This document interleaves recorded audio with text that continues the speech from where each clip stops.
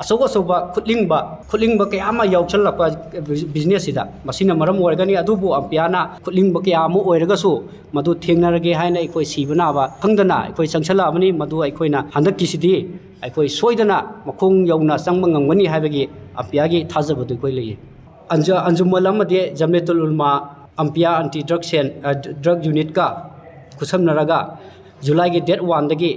मणिपुर लेंगाकना war on drug चंगसलिबसिदा support तौब होइना अखोय जुलाई डेट 1 दगी अखोय चंगसनब हौजरकपनी हाइबा जुलाई डेट 1 दगी अखोय मी मसिंग 100 मुक अखोय फागतप ngamjखरे हाइबसिदा अखोय ड्रग सिजनबा मी निफुनी ड्रग सिजनबा अमदिंग जोनबना मी कुन्नी अदुगा ड्रग जोनबा कंगुना मी 10 हाइबा सेंटर दा अखोय मी 5 मुक थमजखरे अदुगा मई कोई सुमाय तौरगसी मई थाजदबद्रुबा ड्रग असिना अखोय मरीरक सुबनी अहुमलकना ममांगी कोई अम्पिया की फेसबुक पेज तक उब फंगनी अदुगा पुलिस अमदे कमांडर रेजिमेंट CRPF अमदे अम्पिया याउना अखोय फारगा मियोय अमा केप 10 का कोनना हाइबसिंगा लोगी मतुंगिना महाक थबुक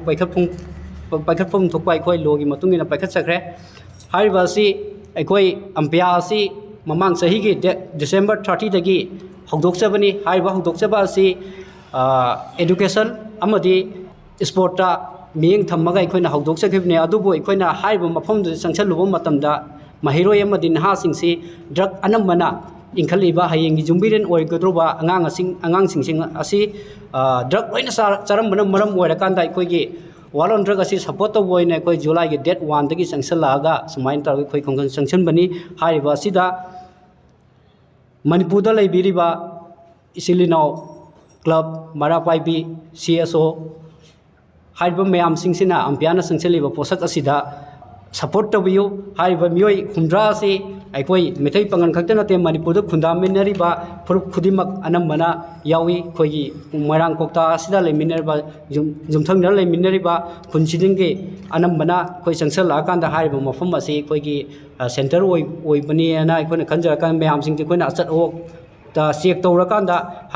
हाइबा अखोगी ड्रग योनब कंगुसिंगजे खंजरकान मयमेमदा चंगाकांदा अखोयना फारकांदा वखल अखोयगे अम्पियागे ऑफिसदा वखल तमिनरगा ममा मपासिंग अखोयना फजना सिनजखी हाइबा सिनबदा अखोयगे फैमिलीगा अखोयगे पुन्ना मानरकांदा सेंटरदा थमखिबा अमदि मागी मतुंग तौदनबगी अखोय एडवाइस पीरकांदा अदुमाइना थादोखिबनी हाइबा अखोयगे लैबिरिबा अंजुमनगी जमयतुल उलमागी लैबिरिबा मैम सिंगनसु अखोयना अखोयदा फुल सपोर्ट तौबिरकांदा हाइबा सिंगसी अखोय माइ पाकप ngamjabani laibiriba koktada laibiriba madi moirang site te koi manipurda laibe punmakna ampiana sangchaliba khongjang asida support tabiyo haina ikokno no khurumjari aduga makata na mamang thakta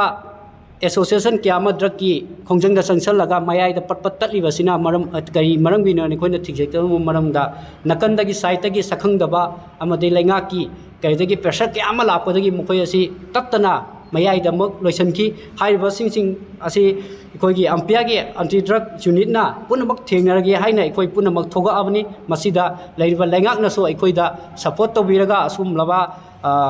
अखोयदा Coke सागदबा धप तौरपा सखंगदबसिंगना phone तौसलकांदा की अखंग खंगनबसी जारगदी तौबिगनो हाइबा अखोय मणिपुर खुनाय असि drug free zone अमा ओहेननगाय दमकता अम्पियाना संचली इसिदा मयाम पुनमकना सरक जबियो हरगा सि लोजने